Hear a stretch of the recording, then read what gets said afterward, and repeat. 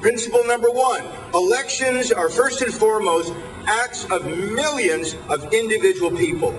Citizens who register and vote, candidates who offer themselves for office, poll workers who put in long days at the precinct, and election officials who supervise the process. Honest, intelligent, responsible people will make most systems of technology work. Principle number 2, voting should be simple, convenient, and a friendly process that encourages each responsible citizen to express his or her votes. Enduring principle 3, voting systems should be designed to determine voter intent to the extent that it is humanly possible. 4, voting methods for statewide and national elections should meet uniform statewide and national standards for fairness, reliability, and equal protection. 5th, elections must achieve 2 competing goals: certainty and finality.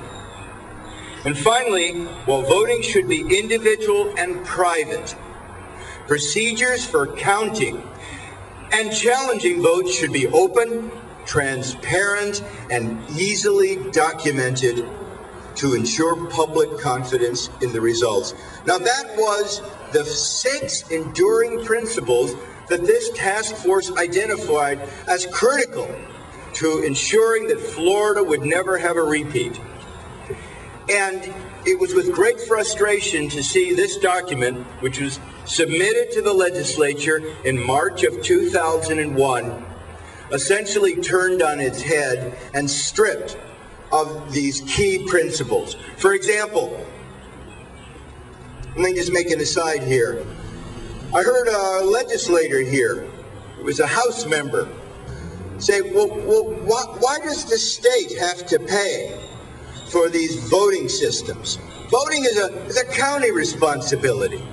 Maybe we shouldn't pay. And this was in response to Charlie Crisp's bill, which requires the state to pay to replace defective systems.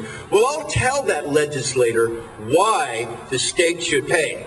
Because the state received this document, and if they would have followed it, that would have ended the issue. But they didn't follow it. We do not have open, transparent, and easily documented elections to determine what the outcomes are. We don't have any voting systems except optical scan voting systems, which allow us to determine voter intent. And what the legislature did at the close of the 2001 election system was to throw this document in the trash can. And all I want the Florida legislature to do is live up to the words on the paper that they commissioned for their own use and decided to discard.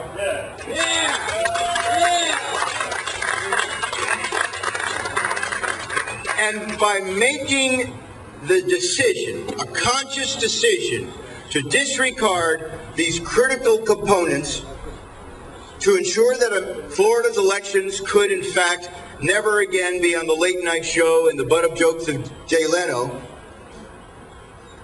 they could have done that.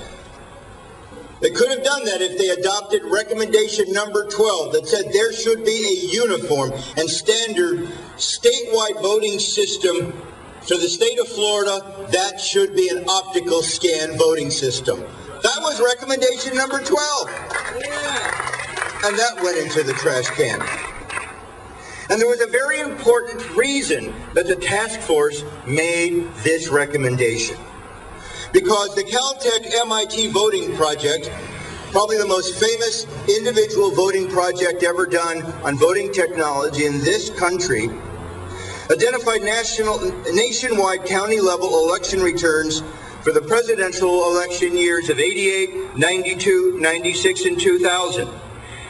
And when they examined all these voting technologies, here's what they found. They found that mark sense or optical scan voting systems had a lower error rate than touchscreen voting systems.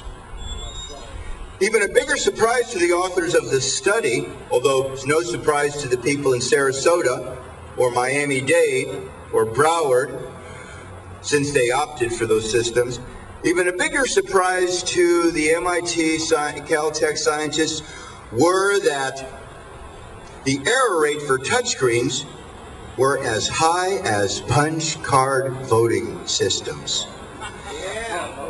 And the key element here is that since you can't overvote on a touchscreen because it refuses to do that, the entire error rate was due to undervoting. If we had followed the document's recommendation, we would not have had the problems that are certainly present in Sarasota, which has garnered a lion's share of the news.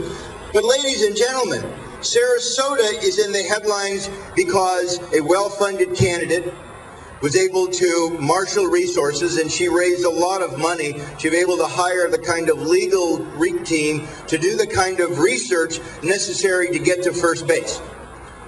And the state has had to try to deal with it as best as it could, which in terms of the Division of Elections technical staff is not very well.